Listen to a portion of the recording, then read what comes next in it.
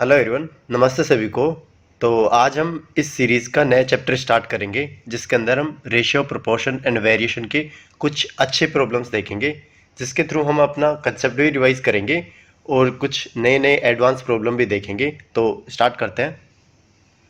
तो ये हमारी पहली प्रॉब्लम रही, if P Q R and S are proportional then P minus Q Q minus R upon में पी, इसकी वैल्यू हमें बतानी है क्या होगी। ठीक है, तो हम इसको दो मेथड से कर सकते हैं। मेथड वन क्या होगा हमारा, value putting. Value putting method में क्या हम क्या करेंगे, हमें पता है कि ये चारों की चारों प्रोपोर्शनल के अंदर गिवन है, तो इनकी वैल्यू क्या होगी, P upon Q is equals to R upon में एस, आर अपॉन में एस। तो यहाँ से मैं कुछ वैल्यू एज्यूम कर लेता हूँ। लेट्स से पी की वैल्यू मैंने 1 एज्यूम करी और क्यू की वैल्यू मैंने 2 करी, तो ये होगा 2 एंड ये होगा 4। इनका रेशियो सेम आना चाहिए, तो यहाँ पर रेशियो देखो सेम आ रहा है, 1/2 इक्वल्स टू 2/4। 2/4 को मैं कट करूँगा तो 1/2 आएगा। ठीक है, तो ये मैंने चार वैल्यू यहाँ पर एज्यूम कर ली। अब इन चार वैल्यूज़ को पुट करते हैं इसके अंदर। तो चार वैल्यू को पुट करेंगे तो ये हुआ 1 माइनस का 2 अपॉन में मल्टीप्लीकेशन में ये कितना है, 2 माइनस का पी माइनस का आर है ना, तो पी माइनस का आर है, तो ये हुआ 1 माइनस का 2। ठीक है, ये देखो पी की वैल्यू कितनी है 1, क्यू की वैल्यू कितनी है 2, पी की वैल्यू कितनी है 1, क्यू आर की वैल्यू कितनी है 2 और पी की वैल्यू कितनी है यहाँ पर 1। तो यहाँ पर वैल्यू पुट करते हैं, तो ये हुआ ऊपर माइनस का 1 इंटू माइनस का 1 अपॉन में 1, तो 1 वैल्यू आएगी इसकी। तो ऑप्शन के थ्रू जाते हैं, किसकी वैल्यू 1 आ रही है, तो पी में पुट करेंगे हम 1, ये हुआ प्लस में 2 प्लस में 4, तो ये वैल्यू 1 के इक्वल नहीं आएगी। तो यहाँ से वैल्यू पुट करेंगे, पी की वैल्यू 1 प्लस में एस की वैल्यू कितनी है हमारे पास 4, माइनस का क्यू की वैल्यू कितनी है 2, माइनस का आर की वैल्यू कितनी है 2, तो 4 से 4 गया 1 बचा, तो 1 इक्वल आ रहा है। इसका मतलब बी हमारा आंसर होगा। थर्ड एंड फोर्थ को भी चेक कर लेते हैं क्योंकि ऑप्शंस कॉन्फ्लिक्ट कर सकते हैं। ठीक है, तो पी की वैल्यू 1 हुई, क्यू की वैल्यू कितनी है मेरे पास 2, प्लस में आर की वैल्यू 2, प्लस में एस की वैल्यू 4, सबके सब एडिशन में है, तो ये 1 के इक्वल नहीं होगा। ठीक है, यहाँ देखते हैं 1 प्लस में 2 माइनस का 2 माइनस का 4, तो ये मेरे को माइनस का 3 देगा जो कि 1 के इक्वल नहीं है। तो इसका मतलब हमारा आंसर क्या हुआ, ऑप्शन बी।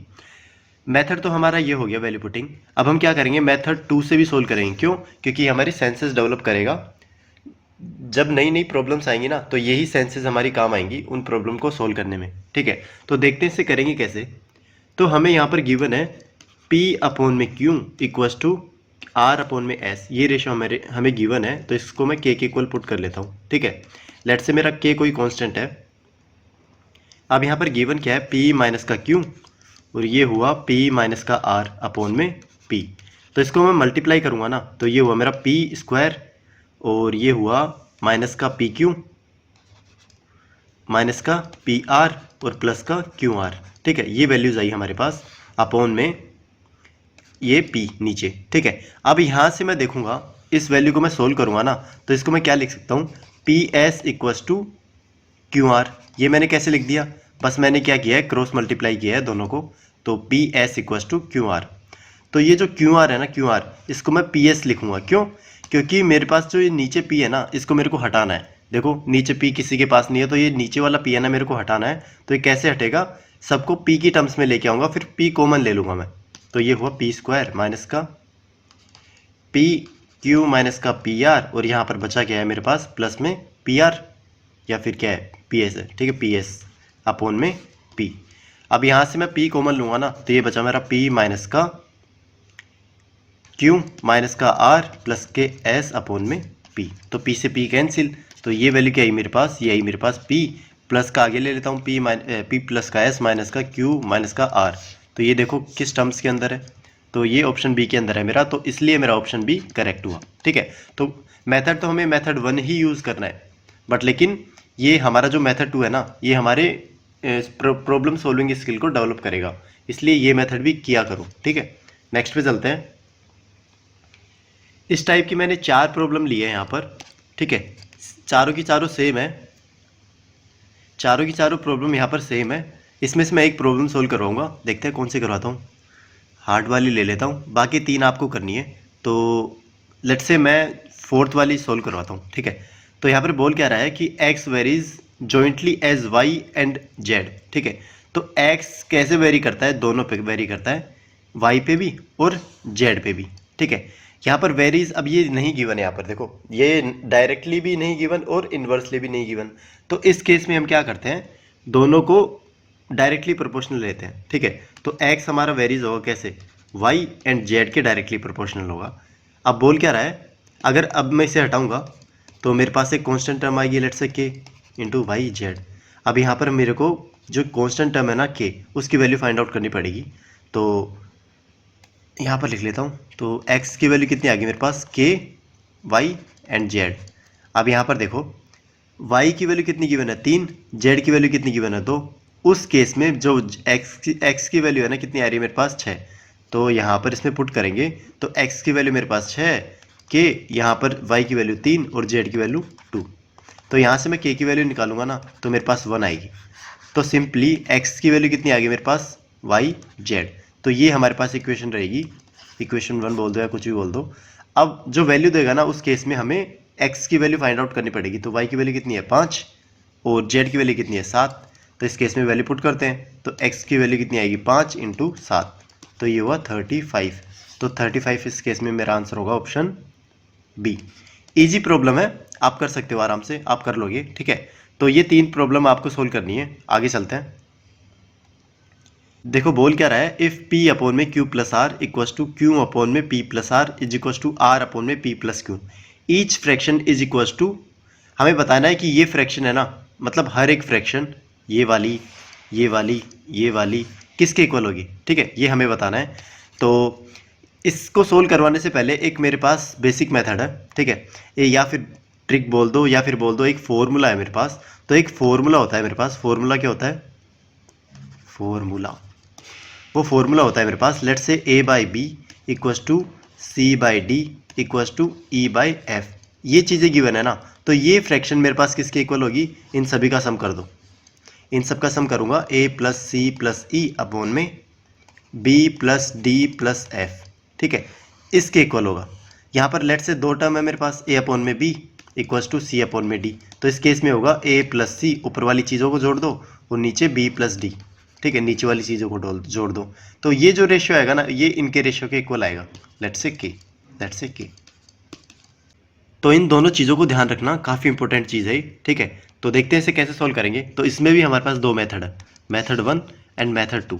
तो मैं क्या करता हूँ, सबसे पहले मेथड 1 को यूज़ करूँगा, फॉर्मूले में पुट करता हूँ। तो ये मेरे पास क्या होगा, ये होगा p प्लस में q प्लस में r अपॉन में, ये होगा, अगर देखो यहाँ पर देखो एक p मेरे पास यहाँ पर है, एक p यहाँ पर है, तो 2p प्लस में ऐसे ही 2q प्लस में 2r। तो ये वैल्यू कितनी आएगी मेरे पास 1/2। तो इन सभी का फ्रैक्शन किसके इक्वल होगा, इन सभी का फ्रैक्शन का मतलब क्या है मेरे पास, p अपॉन में q प्लस r, ये भी 1/2 के इक्वल होगा, इसके इक्वल। और ये भी किसके इक्वल होगा, q अपॉन में p प्लस r के इक्वल होगा। और ये भी किसके इक्वल होगा, r अपॉन में p प्लस q। तो मेरा आंसर क्या आएगा, ऑप्शन बी 1/2। अब यहाँ पर देखते हैं इसे दूसरे मेथड से कैसे सोल्व करेंगे। तो मैं यहाँ पर वैल्यू पुटिंग मेथड यूज़ कर सकता हूँ। तो यहाँ पर मैं एज्यूम करूँगा p equals to Q equals to R, कुछ भी वैल्यू पुट कर सकते हैं। तो इस केस में मैं ये वैल्यू पुट कर रहा हूँ कि इन सभी को 1 के इक्वल पुट कर दूंगा। तो 1 के इक्वल पुट करूँगा तो यहाँ पर देखो सभी में वैल्यू पुट करूँगा तो ये आएगा मेरे पास 1 अपॉन में 1 प्लस 1 इक्वस टू 1 अपॉन में 1 प्लस 1 इक्वस टू 1 अपॉन में 1 प्लस 1। तो ये वैल्यू भी किसके इक्वल आ रही है मेरी, 1/2। तो इस केस में मेरा आंसर क्या होगा, ऑप्शन बी। तो ऑप्शन बी मेरा यहाँ पर करेक्ट आंसर होगा। इस फॉर्मूले को या ध्यान में रखना, आगे भी यूज़ आएगा। तो नेक्स्ट पे चलते हैं। If 3x² plus 3y² equals to 10xy, what is the ratio of x to y, ठीक है। तो हमारे पास एक इक्वेशन गिवन है 3x² प्लस में 3y² इक्वस टू 10xy। और यहाँ पर हमें फाइंड आउट क्या करना है, x अपॉन में y का रेशियो फाइंड आउट करना है। यहाँ पर देखो हमारा मेथड 1 देखो, यहाँ पर हम करेंगे कैसे, सिंपली मैं क्या करता हूँ, xy को नीचे लेके आता हूँ।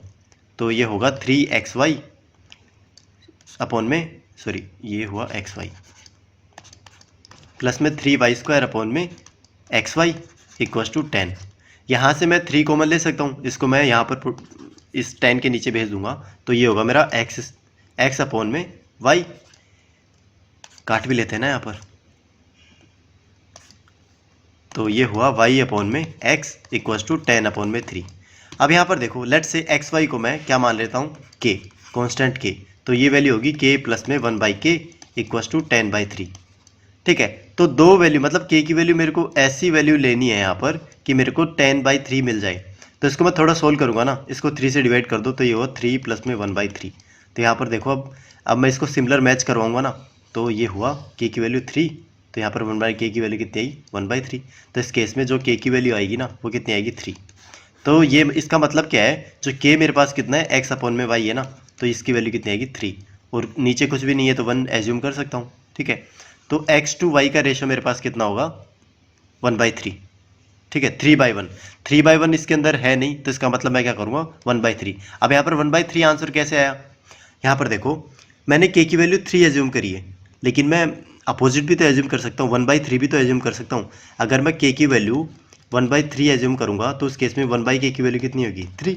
तो ऐसे अपोजिट भी तो हो सकता है। ठीक है, तो इस केस में ये k की वैल्यू 3 ना लेके हमें क्या लेनी पड़ेगी, k की वैल्यू 1/3। ठीक है, कुछ भी वैल्यू ले सकते हो, या 3 ले सकते हो या फिर 1/3, ये आपके ऊपर डिपेंड करता है। ठीक है, तो और ऑप्शंस के ऊपर तो डिपेंड करेगा ही, क्योंकि हमें आंसर टिक करना है। तो x/y की वैल्यू इस केस में कितनी आई 1/3, तो 1/3 मतलब ऑप्शन सी मेरा यहाँ पर करेक्ट आंसर होगा। अब यहाँ पर देखो मेथड 2 क्या हुआ, मेथड 2 हम कैसे सोल्व करेंगे, ये सिंपली एग्जाम के लिए अप्रोच है। तो यहाँ पर देखो जब हमारे पास x/y का रेशियो हमारे पास गिवन है, x/y का रेशियो हमारे पास गिवन है यहाँ पर 1/4, 3/2, 1/3, 1/2। ठीक है, क्यों ना मैं इनको डायरेक्टली यूज़ कर लूँ। ठीक है, तो x/y का रेशियो गिवन है, तो सबसे पहले मैं क्या करूँगा, इसको बनाना तो पड़ेगा क्योंकि इससे डिवाइड तो करना ही पड़ेगा। तो इस केस में मैं क्या करूँगा, इसको मैं डिवाइड करूँगा ना, तो ये वैल्यू आएगी मेरे पास 3x² अपॉन में xy प्लस में 3y² अपॉन में xy इक्वस टू 10। यहाँ से x से x गया, ये y से y गया। अब यहाँ पर सिंपली मैं क्या करूँगा, x/y है ना, ये वैल्यू उठाऊँगा कहाँ से, ऑप्शन से। तो इसमें 1/4 पुट करके देखूँगा, 3/2, 1/3, 1/2। तो यहाँ पर पुट करके देखोगे ना, तो ये 1/3 वाला है ना, यही सेटिस्फाई करेगा इसको।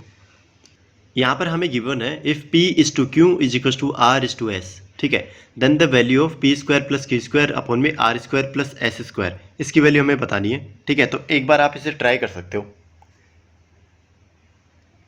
तो देखते हैं इसे सोल्व कैसे करेंगे। तो हमारे पास गिवन क्या है, p/q इक्वल्स टू r/s, ये वैल्यू गिवन है। ठीक है, लेट्स से मैं इसको किसी कांस्टेंट के इक्वल पुट कर देता हूँ k। तो अब हमें बताना क्या है, p² प्लस में q² अपॉन में r² प्लस में s², इसकी वैल्यू हमें बतानी है यहाँ पर। तो मैं क्या करता हूँ, ये जो q है ना, q एंड s, इनको मैं क्या करता हूँ k के टर्म्स में लिख लेता हूँ। तो p को मैं क्या लिखूँगा, p इक्वल्स टू, यहाँ से मैं लिखता हूँ p अपॉन में q इक्वल्स टू k है मेरे पास, तो p is equals to qk। तो p की वैल्यू मैं क्या रखता हूँ qk, तो यहाँ पर qk रखूँगा, तो स्क्वायर करूँगा इनका, तो q² k² प्लस में q² अपॉन में, ऐसे ही r अपॉन में s है मेरे पास k के इक्वल, तो इसको मैं पुट करूँगा, तो r की वैल्यू कितनी है मेरे पास ks। ठीक है, तो ये हुआ r की वैल्यू पुट करूँगा तो k² s² प्लस में s²। तो यहाँ से मैं कॉमन लूँगा ना, q² कॉमन लेता हूँ, तो k² प्लस में 1 अपॉन में, नीचे कॉमन लूँगा तो s² अपॉन में k² प्लस में 1। तो यहाँ से k² plus 1 k² plus 1 cancel हो जाएगा मेरा। ठीक है, तो बचेगा क्या, q² अपॉन में s²।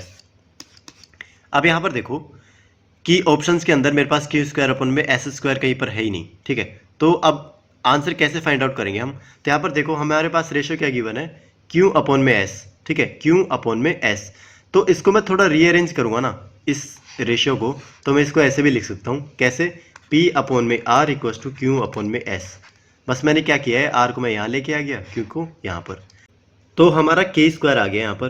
तो k² को मैं कैसे आंसर बनाऊंगा, तो यहाँ पर देखो, तो यहाँ पर मेरे को गिवन है p अपॉन में q भी k के इक्वल है एंड r अपॉन में s भी k के इक्वल है। ठीक है, और यहाँ पर p अपॉन r भी k के इक्वल है एंड q अपॉन s भी k के इक्वल है। तो इसको मैं कैसे लिखता हूँ, जो k² है ना मेरा, तो अब मैं क्या करूँगा, जो ये p अपॉन r है ना, ये एक k उठाता हूँ। ठीक है, तो एक k की जगह मैं क्या लिखूँगा, ऐसे लिख लेता हूँ इसको, k इंटू k। तो ये हुआ एक k की जगह p अपॉन r इंटू में, और जो सेकंड k है ना मेरे पास, उसको मैं q अपॉन s के इक्वल रखूँगा, q अपॉन में s।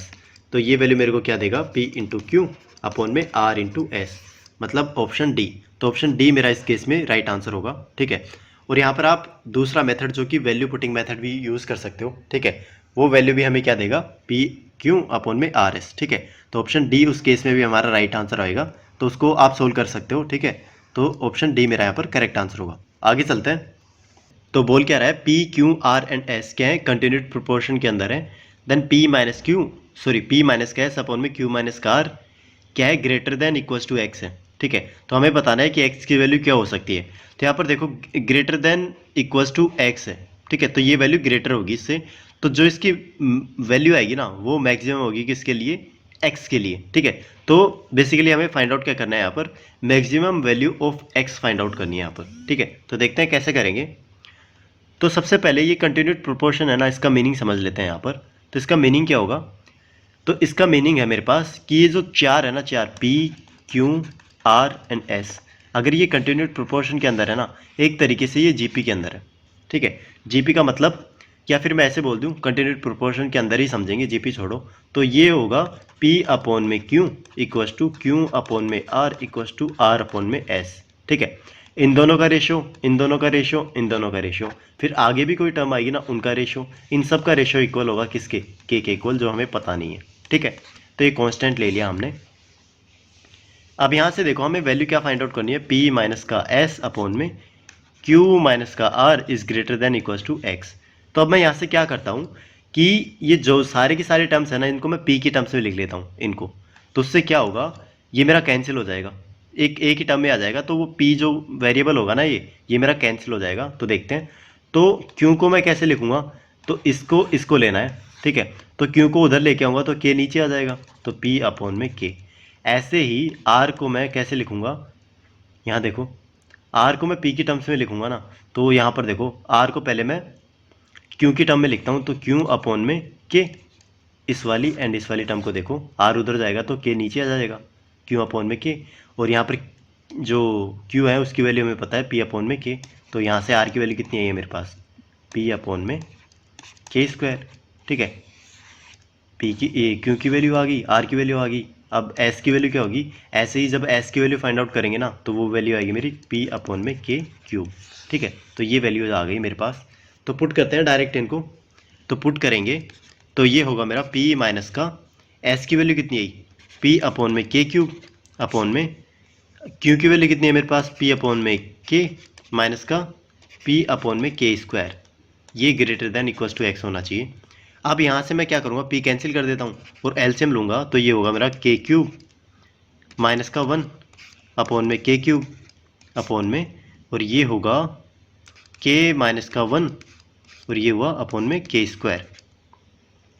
तो यहाँ से के से ये के गया। ठीक है, और इसको थोड़ा सोल्व करूँगा मैं, तो 1 के तो मेरा नीचे है ही ये वाला। ठीक है, इनटू में इसको सोल्व करूँगा तो के क्यूब माइनस 1 क्या होता है मेरे पास, के माइनस का 1 ब्रैकेट में के स्क्वायर प्लस में 1 और ये हुआ प्लस का के।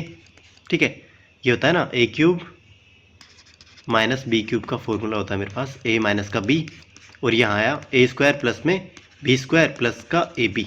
तो ये ही मैंने यहाँ पर किया है। अपॉन में क्या आएगा मेरा, अपॉन में आएगा के माइनस का 1, तो के माइनस का 1 मैं कैंसिल कर देता हूँ यहाँ से। ठीक है, तो ये वैल्यू क्या आई मेरे पास, के स्क्वायर प्लस में 1 प्लस में के अपॉन में के। तो अब यहाँ से देखो इसको मैं कैसे लिख सकता हूँ, तो ये होगा मेरा के प्लस में 1 अपॉन के प्लस में 1। तो ये वैल्यू किससे ग्रेटर है, एक्स से।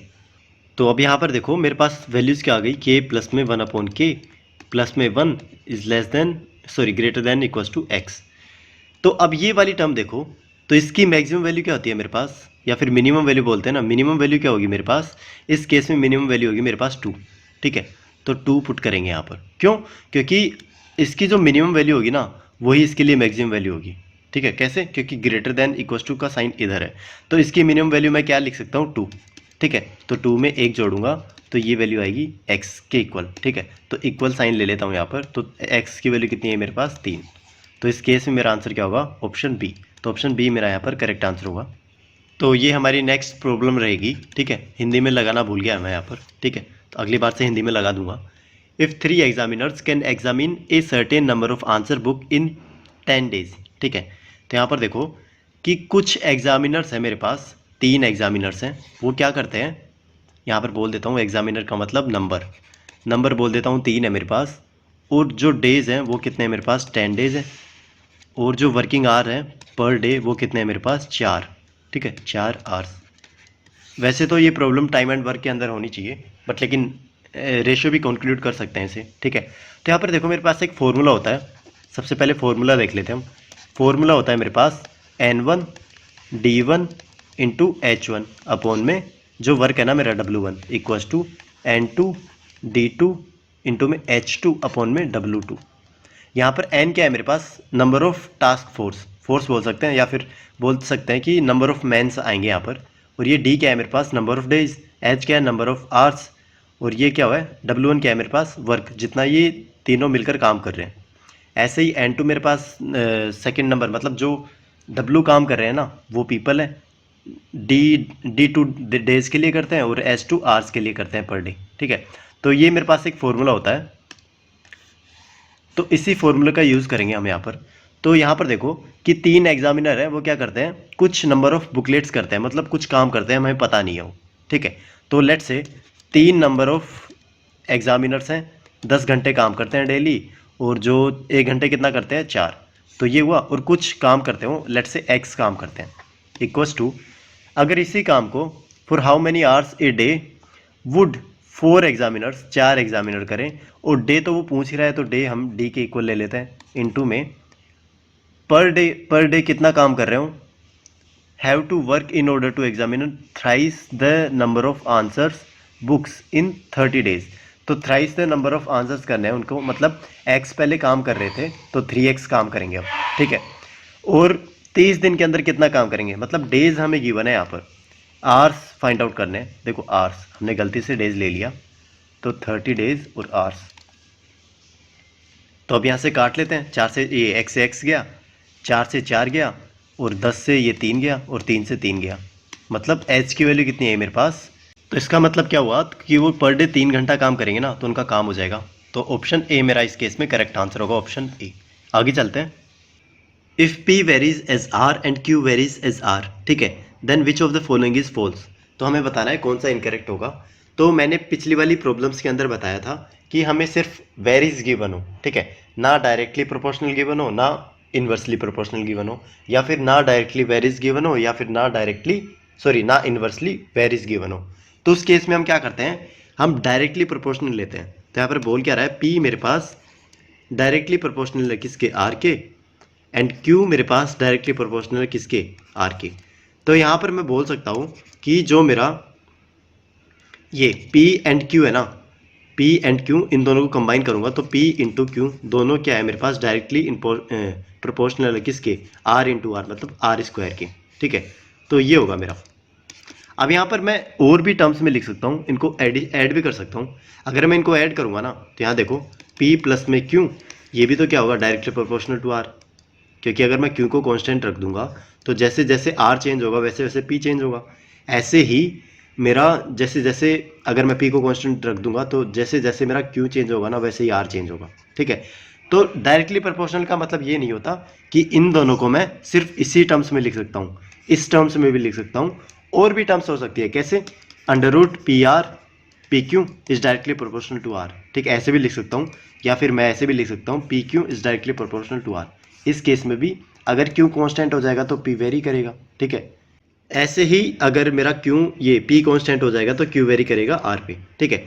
तो कुछ भी टर्म्स हो सकती हैं। तो यहाँ पर देखते हैं क्या क्या बन सकते हैं। तो इसमें पूछा गया है कि कौन सा मेरा गलत है, कौन सा मेरा गलत है वो मेरे को फाइंड आउट करना है। तो यहाँ देखो P अगर मैं Q को कांस्टेंट रख दूंगा तो P, मतलब एक को कांस्टेंट रख के चेक कर लो, तो मैं Q को कांस्टेंट रखूंगा तो जो P है ना मेरा डायरेक्टली प्रोपोर्शनल होगा R के, ठीक है। ऐसे ही P को मैं रखूंगा तो डायरेक्टली प्रोपोर्शनल होगा क्यों, R के, ये ठीक है। अब यहाँ पर देखो ऑप्शन B, अगर मैं Q को कांस्टेंट रख दिया मैंने, तो यहाँ पर देखो ये तो इन्वर्सली हो गया क्योंकि 1/R लिखा है, तो इस केस में ये मेरा रॉन्ग आंसर हो जाएगा। इसमें वो वेरीज नहीं कर रहा R के प्रोपोर्शनल में, ठीक है। तो B मेरा आंसर होगा, यहाँ पर B गलत हो जाएगा, मतलब B मेरा आंसर होगा यहाँ पर, ठीक है। C भी मेरा देखो, अगर मैं Q को कांस्टेंट करता हूँ तो P वेरीज करता है R के अकॉर्डिंग, तो ये C भी सही है और D भी सही है और A भी सही है, ठीक है। तो इस केस में मेरा आंसर क्या हो जाएगा, ऑप्शन B। तो ऑप्शन B मेरा यहाँ पर करेक्ट आंसर होगा। काफ़ी अच्छी प्रॉब्लम थी, आगे चलते हैं। P and Q are two alloys of aluminum and brass prepared by mixing metal in proportional 7:2 and 7:11 respectively। तो यहाँ पर देखो P and Q है ना, मेरे पास दो अलॉय हैं, उसके अंदर कौन कौन सा मेटल मेरे को फाउंड है, एल्यूमिनियम एंड ब्रास। तो एल्यूमिनियम एंड ब्रास, ऐसे ही क्योंकि अंदर एल्यूमिनियम होगा और इसके अंदर ब्रास होगा। तो यहाँ पर गिवन है रेशियो इनका 7:2 एंड इसका 7:11।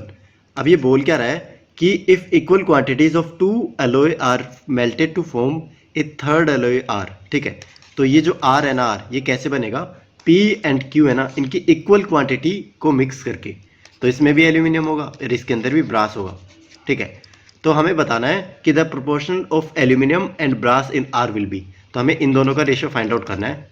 तो देखते हैं इसे सोल्व कैसे करेंगे। तो हमारे पास एक कीवर्ड गिवन है यहाँ पर, इक्वल क्वांटिटीज़। ठीक है, तो ये जो इक्वल क्वांटिटीज़ है ना, ये हमारे पास बहुत ही यूज़फुल होगा। तो इस केस में देखो सोल्व कैसे करेंगे।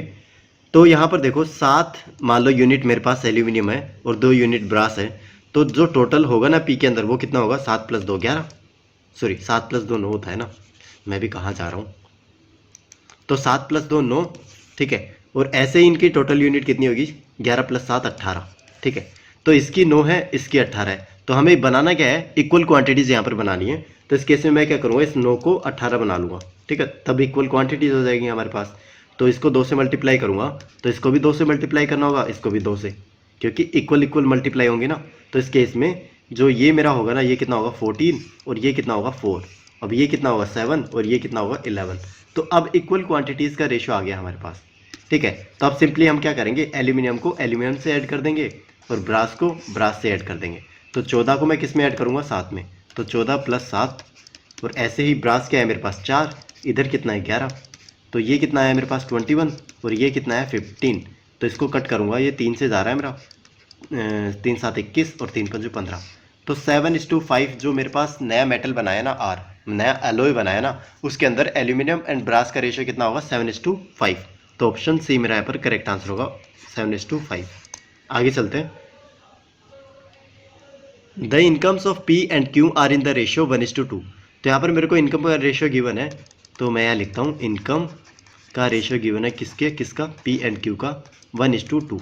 ठीक है, and their expenditures are in the ratio 1:3। और यहाँ पर एक्सपेंडिचर उनका गिवन है कितना, 1:3 का एक्सपेंडिचर गिवन है। और जो इनकी सेविंग है ना, सेविंग जो है इनकी, ये है ₹500 और यहाँ भी ₹500 दोनों की। तो हमें बताना है जो P की इनकम है ना, ये यूनिट, इसकी वैल्यू बतानी है कितनी होगी। तो देखते हैं इसे सॉल्व कैसे करेंगे। तो हमारे पास हमें पता है कि जो इनकम होती है ना, इनकम वो किसके इक्वल होती है, जो उसका खर्चा एक्सपेंडिचर और जो उसकी सेविंग जो उसने बचाया है, इन दोनों का सम होता है क्या, इनकम। ठीक है, इसके अलावा तो कुछ होगा नहीं, होता है लेकिन इसमें गिवन यही है कि एक्सपेंडिचर एंड सेविंग। ठीक है, तो दो चीज़ों को मिला के हम क्या कर रहे हैं, इनकम बना रहे हैं यहाँ पर। ठीक है, तो इसमें 2 चीज़ें इंक्लूड होगी। तो यहाँ से मैं क्या करता हूँ, ये जो इनकम का रेशियो गिवन है ना, ये तो रेशियो गिवन है, एग्जैक्ट वैल्यू तो है नहीं, तो मैं क्या करता हूँ, इनको x से मल्टीप्लाई कर देता हूँ। तो अब लेट से P की जो इनकम है वो 1x है और Q की जो इनकम है वो कितनी है, 2x। ऐसे ही इसको मैं y से मल्टीप्लाई कर देता हूँ। मैंने x से मल्टीप्लाई क्यों नहीं किया, क्योंकि हमें ये नहीं पता कि यहाँ पर जो रेशियो जो कट के जो फॉर्म आ रही है ना, जो कट के फॉर्म आ रही है वो उसी सेम नंबर से कटे जो कि x से यहाँ पर कट रही है। कहने का मतलब ये है कि लेट से मेरे पास मान लो 10 एंड 50 रुपीज़ है। ठीक है, ये है, और इनका खर्चा क्या है मेरे पास 4 मान लिया मैंने। ठीक है, और यहाँ पर मान लिया मैंने 20। ठीक है, इनको मैं काटूंगा तो 1:5 आया और इनको मैं काटूंगा 1:5 आया। बट इसका मतलब ये नहीं है ना कि मतलब जो इसका x है जो हमने काटा था वो नंबर किससे काटा था, 10 से। यहाँ पर 10 आया और यहाँ पर कितना आया, 4 आया। ठीक है, कि ये दोनों नंबर सेम हो, इसलिए हम जो 2 नंबर होते हैं ना, ये जो जिससे मल्टीप्लाई करते हैं उनको डिफरेंट लेते हैं। ठीक है, तो यहाँ पर मैंने y लिया है, इस केस में 1y और इस केस में 3y। तो यहाँ पर मेरे को इनकम एंड एक्सपेंडिचर आ गया मेरे पास। अब इससे मैं क्या करूँगा, जो सेविंग है ना वो फाइंड आउट करूँगा। तो सेविंग क्या होगी मेरी, तो यहाँ से सेविंग में फाइंड आउट करूँगा ना, वो होगा मेरा इनकम माइनस का एक्सपेंडिचर। ठीक है, तो यहाँ से जो सेविंग है मेरी 500 है और ये किसके इक्वल होगी, ये जो एक्सपेंडिचर गिवन है ना, इनकम माइनस एक्सपेंडिचर, उसके इक्वल होगी। तो ये होगा 1x माइनस का वाई, ठीक है, 1y, तो 1 को तो लिखो ही मत, ठीक है। और ऐसे ही सेकंड वाले का कितना होगा, ये होगा 2x माइनस का 3y। तो यहाँ से मैं एक और चीज़ कंक्लूड कर सकता हूँ, वो क्या होगी कि 1x माइनस का y, और जो ये किसके इक्वल होगा 2x माइनस का 3y। ये मैंने कैसे किया, क्योंकि 500 500 इक्वल है तो ये दोनों भी इक्वल होंगे, ठीक है। तो यहाँ से x की वैल्यू कितनी है मेरे पास, x की वैल्यू आएगी, ये देखो 1x इधर आएगा तो नेगेटिव का हो जाएगा, 3x उधर जाएगा तो पॉजिटिव का हो जाएगा। तो ये 3x में y गया, सॉरी 3y में y गया, ये हुआ मेरा 2y। तो x की वैल्यू कितनी आई, 2y के इक्वल आई मेरी, ठीक है। तो यहाँ से मैं वैल्यू पुट करूँगा तो x माइनस का, अब यहाँ पर कितना लिख सकता हूँ मैं, या फिर मैं 2y लिख दूँ ना, यहाँ पर ये x है 1, तो इसकी जगह मैं क्या लिखूँगा 2y माइनस का y, तो ये है y। तो y की वैल्यू कितनी है मेरे पास 500, मतलब 500 का तो वो खर्चा कर रहा है। और अभी इसकी इनकम कितनी होगी, इनकम होगी मेरी, यहाँ पर पुट करते हैं, जो मेरा y है ना यहाँ पर पुट करते हैं, तो 500 इक्वल्स टू x माइनस का 500, तो x की वैल्यू कितनी होगी मेरे पास 1000, तो 1000 वैल्यू होगी, x की वैल्यू कितनी 1000। अब पूछ क्या रहा है, p की इनकम पूछ रहा है, तो p की इनकम कितनी है मेरे पास 1x, तो 1x का मतलब 1000 रुपये, तो 1000 रुपये मतलब ऑप्शन ए मेरा यहाँ पर करेक्ट आंसर होगा, ऑप्शन ए। आगे चलते हैं।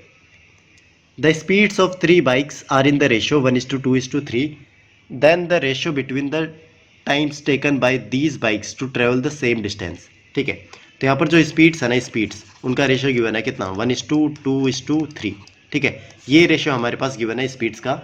अब यहाँ पर देखो हमारा स्पीड का फॉर्मूला जो होता है ना, वो क्या होता है, डिस्टेंस अपॉन में टाइम। अब इसने एक कीवर्ड डाला है यहाँ पर, क्या डाला है, सेम डिस्टेंस ट्रेवल करते हैं तीनों, ठीक है।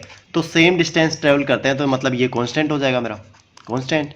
तो इस केस में जो स्पीड होगा ना मेरा, वो टाइम के इन्वर्सली प्रोपोर्शनल होगा, ठीक है। ये चीज़ हमें यहाँ से फाइंड आउट करनी थी। तो जो टाइम होगा ना इनका, स्पीड का इन्वर्स होगा। अब यहाँ पर फाइंड भी हमें क्या करना है, the ratio between the time taken by these bikes, ठीक है। तो इनके टाइम का रेशियो ही हमें फाइंड आउट करना है। इसका मतलब ये जो वैल्यूज़ है ना हमारे पास, ये वैल्यू इनका इन्वर्स लेना है, मतलब 1/1, इसका 1/2 और इसका 1/3। तो सिंपली हम क्या करेंगे, इसका एलसीएम लेंगे, क्योंकि हमें रेशियो बताना है ना सिंपल टर्म्स के अंदर, ठीक है।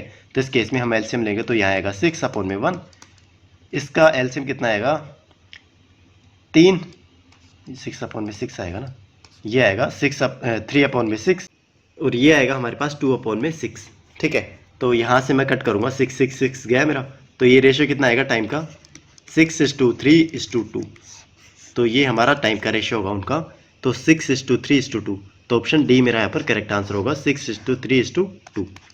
आगे चलते हैं। A number Z lies between 0 and 1, which of the following is true. तो हमें बताना है कौन सा ट्रू होगा, इनमें कौन सा करेक्ट होगा। जो जेड है ना, जेड वो किसके बीच लाई करता है 0 and 1, मतलब ये कुछ फ्रैक्शन वैल्यू होगी और 1 से कम और 0 के बीच में होगी, ठीक है। अब यहाँ से देखते हैं कौन सा जो हमारे पास ऑप्शन है ना वो करेक्ट है। तो हम क्या करेंगे, एक एक ऑप्शन को उठा के देखेंगे यहाँ पर, ठीक है। तो यहाँ से देखो, जो ए वैल्यू उठाता हूँ मैं, ए का ऑप्शन उठाऊंगा, Z is greater than root Z. अब यहाँ पर देखो जो जेड है ना, जेड ये क्या होगा 0 and 1 के बीच में होगा, 0 and 1 के बीच में होगा, ठीक है। ये तो गिवन ही है हमें। अब ये क्या ग्रेटर होगा किससे, जो रूट जेड है ना उससे। रूट जेड का मतलब क्या है कि, तो लेट से मैंने जेड की वैल्यू है ना कितनी मानी, मैंने 0.04 मानी, ठीक है। तो इस केस में जो जेड होगा मेरा कितना होगा 0.04, ठीक है। और रूट जेड होगा ना वो कितना होगा मेरा 0.2, ठीक है। इतना तो निकाल सकते हैं ना, क्योंकि 0.4 का मैं 0.04 का मैं अंडर रूट लूँगा तो ये होगा 4/100, इसका अंडर रूट लूँगा तो 2/10, तो 0.2। तो इस केस में मेरा कितना आया 0.2, ठीक है, और यह आया 0.04। तो बड़ा कौन सा है मेरे पास 0.2, मतलब रूट जेड। तो रूट जेड बड़ा है, तो ये मेरे पास इक्वेशन जो गिवन है ये सेटिस्फाई नहीं करेगी, ठीक है। तो ऑप्शन ए मेरा यहाँ पर इनकरेक्ट होगा। अब जाते हैं बी पे। तो बी मेरा गिवन है Z is greater then 1/z। अब यहाँ पर देखूंगा कि ये 0 and 1 के बीच में, ठीक है। अगर मैं इसका इन्वर्स कर दूंगा तो ये क्या हुआ 1 से ग्रेटर हो जाएगा। कैसे, लेट से मेरे पास जो जेड है ना उसकी वैल्यू 0.2 है, तो जो मैं 1/z निकालूंगा ना तो ये होगा 1/0.2, तो ये हुआ 5, मतलब 1 से बड़ी हो जाएगी वैल्यू। तो ये जेड मतलब उस केस में छोटा हो जाएगा मेरा, तो ऑप्शन बी भी मेरा इनकरेक्ट होगा यहाँ पर। सी पे जाते हैं। सी पे क्या गिवन है, Z cube is greater then Z square. ठीक है, अब यहाँ पर हम स्क्वायर ले रहे हैं, तो लेट से मैंने 0.2 रखा, तो 0.2 का यहाँ पर क्यूब कितना हुआ 0.008, और यहाँ पर कितना हुआ 0.004। ठीक है, तो इस केस में जो मेरा जेड स्क्वायर है ना वो ग्रेटर होगा किससे, जेड क्यूब से, तो ये इक्वेशन भी मेरी गलत हो जाएगी। ठीक है, देख सकते हो यहाँ पर 0.008 मेरे छोटा है किससे, 0.04 से। अब ऑप्शन ए की बचाया तो डी मेरा आंसर होगा, तो लेकिन देखते हैं डी मेरा आंसर कैसे होगा। तो यहाँ पर देखो जेड, जो ये 1/z है ना, 1/z, अगर मेरा z 0 और 1 के बीच में है ना, तो ये जो 1/z होगा ना हमेशा 1 से बड़ा होगा।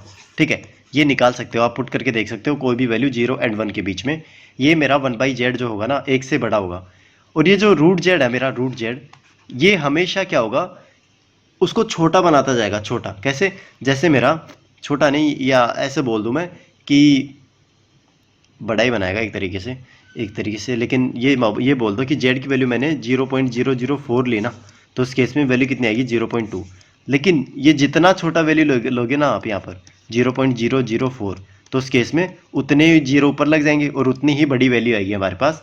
तो इस केस में जो 1/z है ना ये थोड़ी ज़्यादा तेज़ी से बढ़ेगा, तो इस केस में ये मेरा मतलब डी मेरा आंसर होगा यहाँ पर। ये रूट z की वैल्यू इससे छोटी ही होगी, किससे, 1/z से। तो ऑप्शन डी मेरा यहाँ पर करेक्ट आंसर होगा, ऑप्शन डी। तो काफ़ी अच्छी प्रॉब्लम थी ये, तो ऑप्शन डी मेरा यहाँ पर करेक्ट आंसर होगा। आगे चलते हैं। A cow takes 5 leaps for every 4 leaps of a goat. ठीक है, तो यहाँ पर देखो काउ जो है ना, काउ मेरा 5 लीप्स लेती है खुद के, किसके, काउ के, क्योंकि खुद ही चल रही है ना एक तरीके से। और जो गोट है मेरा वो 4 लीप्स ले रहा है, किसके, खुद के, गोट के। तो ये उन दोनों की स्पीड होगी एक तरीके से, but 3 leaps of the goat are equal to 4 leaps of cow. ठीक है, तो जो 3 लीप है ना किसके, गोट के, किसके इक्वल है, 4 लीप्स ऑफ काउ के। तो यहाँ से मैं गोट एंड काउ है ना, गोट एंड काउ, उनके जो डिस्टेंस ट्रेवल है ना, जितनी उन्होंने डिस्टेंस ट्रेवल करी है लीप्स के अंदर, उनका रेशो निकाल लेता हूँ। तो ये होगा 4/3, मतलब गोट अगर 4 यूनिट डिस्टेंस चलेगा ना, तो काउ उस केस में 3 यूनिट डिस्टेंस चलेगा। ठीक है, तो यहाँ पर मैं 1 यूनिट की वैल्यू 4 रख दूँ गोट के केस में, एंड जो काउ के केस में जो लीप्स है ना उसकी 1 यूनिट की वैल्यू कितनी होगी, 3। ठीक है, तो यहाँ से मैं वैल्यू निकालूंगा, तो ये कितना होगा मेरा, 5 को मैं, काउ है ना काउ, इसको 3 से मल्टीप्लाई करूँगा तो 5 × 15, और यहाँ पर जो गोट है मेरा, गोट 4, 1 यूनिट की वैल्यू कितनी है, 4, तो 4 से मल्टीप्लाई करूँगा तो कितना होगा, 16। ठीक है, अब हमें बताना क्या है, what is the ratio of the speed of the cow to that of the goat. तो हमें काउ एंड गोट है ना उनकी स्पीड्स का रेशियो फाइंड आउट करना है यहाँ पर। तो पर यूनिट टाइम है ना, पर यूनिट टाइम इतना चल रहे हैं, तो इनकी स्पीड ये, मतलब काउ कितना चल रही है 15, तो गोट कितना चलेगी 16, तो 15:16 जो इनकी स्पीड्स है ना उनका रेशियो आ जाएगा। तो इस केस में हमारा आंसर क्या होगा, ऑप्शन डी। तो ऑप्शन डी मेरा इस केस में राइट आंसर होगा। ठीक है, आगे चलते हैं। 25 students can do a job in 12 days, but on the starting day 5 of them informed that they are not coming. ठीक है, but what fraction will the number of days required for doing the whole work get increased. ठीक है, तो हमें बताना है कि कितने दिन से काम इंक्रीज हो जाएगा।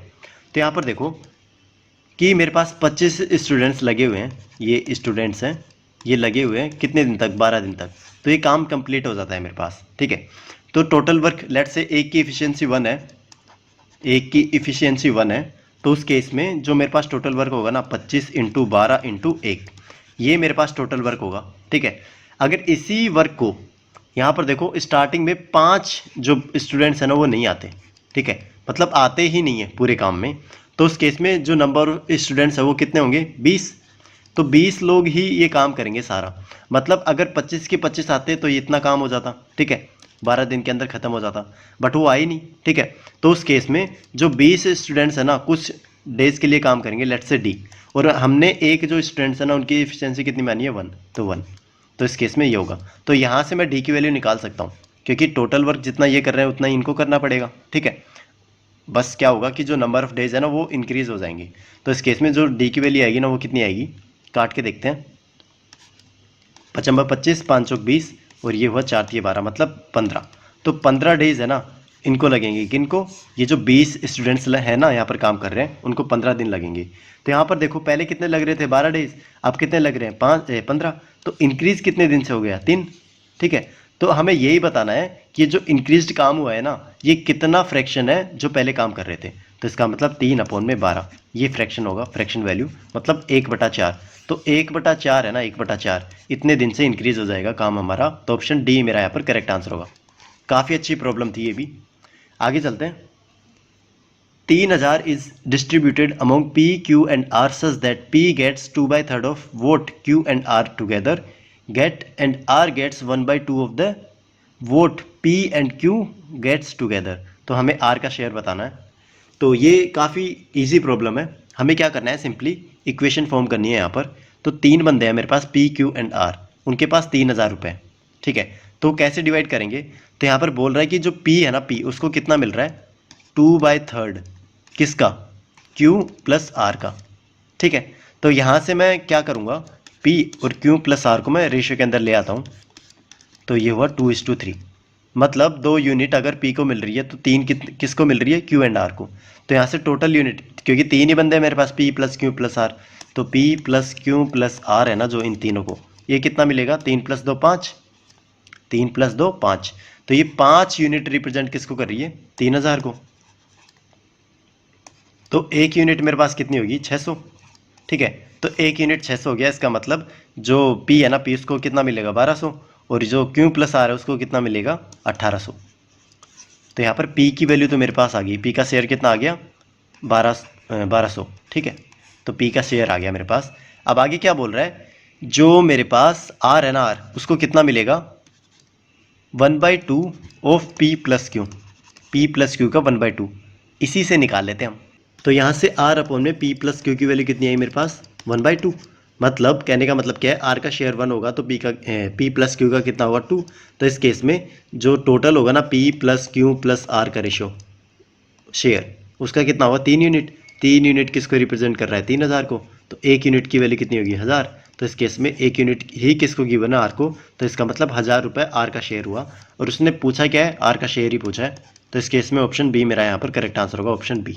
ठीक है, आगे चलते हैं। At constant temperature pressure of a definite mass of gas is inversely proportional to its volume. ठीक है, जो प्रेशर है ना, प्रेशर वो inversely proportional to its volume. किसके वॉल्यूम, जो गैस है ना, गैस उसके वॉल्यूम से। तो ये रिलेशन गिवन है हमें प्रेशर एंड वॉल्यूम के अंदर। If the pressure is reduced by 20%, तो 20% से रिड्यूस कर दिया जाए प्रेशर को, तो हमें बताना है कि रेस्पेक्टिव चेंज इन वॉल्यूम। तो वॉल्यूम के अंदर हमें रेस्पेक्टिव चेंज बताना है। ठीक है, तो ऐसी प्रॉब्लम काफ़ी पूछी जाती है एसएससी के अंदर। तो देखते हैं इससे सोल्व कैसे करेंगे। तो जो हमारा P का चेंज हो रहा है ना, P का चेंज वो कैसे हो रहा है, CHNGE, P का चेंज हो रहा है 20%। 20% का मतलब क्या हुआ, यहाँ पर 20% को मैं फ्रैक्शन के अंदर लिखूंगा, तो ये हुआ 1/5। तो यहाँ पर क्या बोल रहा है कि पहले अगर मेरे पास 5 था, ठीक है 5 था, तो अब रिड्यूस होके कितना हुआ, रिड्यूस कितना हुआ 1 यूनिट, 4 हो गया। ठीक है, तो 5 से 4 मेरे पास ये जो प्रेशर है ना ये चेंज हो गया 5 यूनिट से 4 यूनिट में। तो अब हमें बताना है कि वॉल्यूम में क्या चेंज होगा। तो हमें ये पता है कि जो वॉल्यूम है ना, वॉल्यूम प्रेशर का इन्वर्स है। तो इस केस में इसका इन्वर्स हो जाएगा। कहने का मतलब क्या है कि जो 4 है ना, 4 अगर स्टार्टिंग में वॉल्यूम था तो उस केस में जो फाइनल वैल्यू होगी ना वो कितनी हो जाएगी 5। ठीक है, तो इसी को बोलते हैं इन्वर्स एक तरीके से। ठीक है, अगर मैं 4/5 किसी चीज़ को लिखूँ तो इसका इन्वर्स क्या होगा 5/4। ठीक है, तो यही चीज़ हम यहाँ पर कर रहे हैं। तो चेंज कितना है 1 का, मतलब एक इंक्रीज हुआ है। तो इस केस में किस पे हुआ है 4 पे। तो इसका परसेंटेज निकालूंगा तो 100 से मल्टीप्लाई करूंगा तो 25 आया। तो 25% से जो वॉल्यूम है ना, वॉल्यूम वो इंक्रीज हो जाएगा इसकी। तो इसका मतलब आंसर क्या हुआ हमारा, ऑप्शन बी 25%। ये प्लस का आएगा, ध्यान रखना प्लस का, क्योंकि यहाँ पर देखो प्लस का 1 इंक्रीज हो रहा है, 4 से 5 में जा रहा है ना, तो प्लस का 1। ठीक है, तो ऑप्शन बी मेरा यहाँ पर करेक्ट आंसर होगा। आगे चलते हैं। ए beggar had 1 rupees, 2 rupees and 5 rupees coin in the ratio 5:15:12 respectively at the end of day. If that day he earned a total of 95, how many 1 rupees coin did he have? ठीक है, तो हमें बताना है कि कितने 1 rupees coin उसके पास है। तो मैंने सिमिलर टाइप की 2 प्रॉब्लम ली है यहाँ पर, तो उसमें से मैं एक प्रॉब्लम करवा देता हूँ यहाँ पर, और दूसरी आपको होमवर्क में करनी है। ठीक है, तो यहाँ पर क्या बोल रहा था कि 1 रुपी, 2 रुपी एंड 5 रुपीज़, इसके हमारे पास जो कोइंस है ना उनका रेशियो गिवन है कितना, 5:15:12, ठीक है। और टोटल उसके पास कितने रुपीज़ है, 95, ठीक है। तो यहाँ से मैं रुपीज़ निकालूंगा, रुपीज़ मतलब अमाउंट निकालूंगा, तो उस केस पे कितना होगा, इन दोनों को मल्टीप्लाई करूंगा, 5 रुपीज़, और ये कितना होगा, या फिर एलेट से एक्स मान लेता हूँ यहाँ पर, एक्स एक्स एक्स, ठीक है। प्लस में 15 को मैं 2 से रुपीज़ करूँगा, मतलब 15x मेरे पास कोइंस हैं, और उनकी अमाउंट कितनी है, 2, तो टोटल अमाउंट कितनी हुई, 30x। ऐसे इनको मल्टीप्लाई करूँगा तो 12×5 60x, ये किसके इक्वल होना चाहिए, 95। तो इन सभी को ऐड करूँगा तो ये मेरा 95x है ना, जो किसके इक्वल आएगा, 95। तो x की वैल्यू कितनी आ गई मेरे पास यहाँ पर, 1, ठीक है। तो अब सिंपली हमें क्या बताना है, इसका मतलब क्या हुआ कि जो 1 रुपीज़ की कोइन है ना वो 5 है, ये 2 रुपीज़ के कोइन है 15 है, 5 रुपीज़ के कोइन कितने हैं, 12। तो हमें बताना है कि 1 रुपीज़ के कोइन कितने हैं उसके पास, तो 1 रुपीज़ के कितने हैं, 5। तो ओनली 5 कोइन है उसके पास 1 रुपीज़ के, तो ऑप्शन सी मेरा यहाँ पर करेक्ट आंसर होगा, ऑप्शन सी। ऐसे ही मेरे पास 21 प्रॉब्लम है, आप सोल्व कर सकते हो आराम से, तो ये आपके लिए होमवर्क रहेगी। तो आगे चलते हैं। तो आज के लिए इतना ही, थैंक यू एवरीवन।